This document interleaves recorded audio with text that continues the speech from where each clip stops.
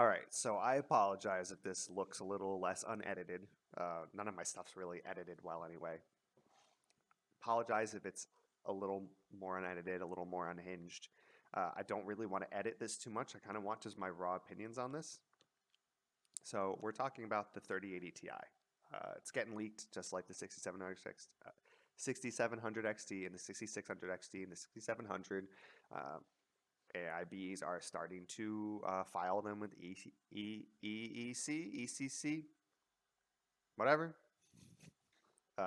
We're here to talk about the RTX 2080 Ti. Oh my God, the RTX 3080 Ti. It has 12 gigabytes of GDR6X. This is where I start getting all pissy with Nvidia.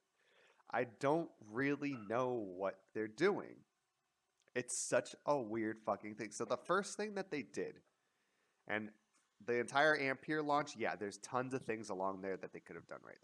The thing that they did that really like broke me was the having the balls to announce a 3060 with 12 gigabytes at CES and not have a Founders Edition.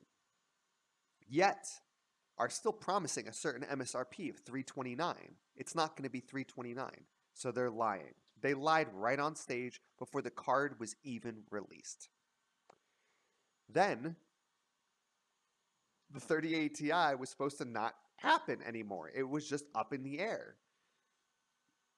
I saw people saying everything of like it's not real, of they're trying to do a test to see the 20 gigabytes what it's going to do. They're also planning to launch a 16 gigabyte 3070, so they're waiting. They want to wait to see what AMD does to see if anything happens. Blah blah blah blah blah. Well, now we kind of know that they are holding back that to kind of see what they're doing with their next graphics cards and see Nvidia's trying to see what AMD is really going to do. And also, AMD's been having driver updates, and their 6800 XT is slightly getting better.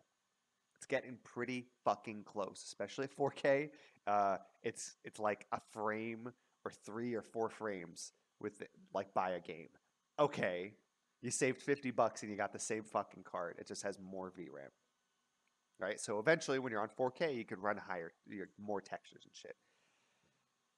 Now, now Nvidia is putting 12 gigabytes of GDR6X, not GDR6. And this broke me. This broke me just like the 3060 with a promised MSRP with no Founders Edition. And by the way, we don't even know if this is going to have a Founders Edition. I assume it will because it's a high-end card. It's probably going to have a Founders Edition. $900. They could probably do 1,000 for the 12 gigabyte if they wanted to. Try to have it compete with the 6900 XT. Okay. Okay, sure. A more power-hungry card with less VRAM that has the same performance for the same amount of money. Okay, sure. What is breaking me about this is that their card is getting embarrassed. And no, it's not underselling or overselling. It's getting embarrassed by a card that's cheaper than it with more VRAM.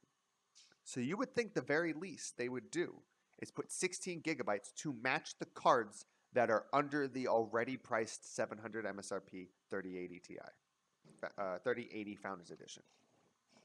And I say MSRP, current priced MSRP, and not what it's selling for, because it's not what it's selling for. And then they go ahead and first off, they have GDR6X, which is just power hungry, which is why those cards are not efficient. They didn't change it. They didn't have GDR6 at a higher bus. And they're putting 12 gigabytes. What is this card going to be priced? Is this replacing the 3080 Founders Edition for $700? Okay, great. That was best case scenario. It still has a third less VRAM than the 6800 XT. And Nvidia can't ignore this. And Nvidia fanboys can't be making fucking excuses for them anymore. Because at this point, this should be coming out, I don't know, around the same time talking about new AMD, what is it? Is it their Fidelity FX updates on it? It should be released in sometime in April, along with the cards of the 16700, 6600 XT. Boy, oh boy, the only thing, and if it's your personal preferences, you have personal preferences. If you like the RT Studio, you like the RT Studio. If you want more VRAM, you have more VRAM. Really, the only differences of the card is that they both have ray tracing, but it's not viable on the AMD's platform right now because there is no DLSS. And to anybody that wants to say that ray tracing is viable without DLSS, you have not personally used it, and if you have, you're fucking lying. And you know you're lying because I have it here and I've tried it. And I tried lying and being like, this is great. No, I have to turn on DLSS. I can't have full ray tracing. At 2K, I'd honestly rather play 1080p, high ray tracing, DLSS on than trying to fiddle around with the settings at 1440p. It looks better. It's a smoother experience. That sucks because I can play 2K without ray tracing like 120-ish frames for control, especially with DLSS on. You know, that's a huge gap. That's an entire, and I'm not getting 120 frames when I'm playing at 1080p with like high ray tracing, high that. I'm getting like 60. It's a more of a console experience. I don't understand. It's not an option without DLSS. So the fact that they're getting it ramped up for the 6700 XT cards, because honestly, the difference between the 6800 XT and the 3080 rasterized, pure rasterized performance is not that huge. The 6800, like overclocking the reference or the Founders Edition of it against the Founders Edition 3080 is like it's over $100 difference in the cards. It's really not that big. What is it, 10%? Okay. It's not 10% price. If it's 20%, there we go. It's not 20%. In a lot of cases, it's not 20%. Borderlands 3, if you play that game a lot, if you play I forget the other AMD title, Godfall, they went on. Like Gears 5 and Borderlands 3 play really well on the Radeon cards. On a Radeon card that is $130 less than the opposite Nvidia card. So for Nvidia to just ignore the fact that they're an actual competitor, that's what they're doing. They're not changing the power efficiency of the card. They are not giving it VRAM to not only be more than the competition, but to even match it. Even match it. And they're like, whatever. They don't have ray tracing. I mean, they don't have DLSS, so their ray tracing sucks. They're gonna have DLSS come out in April.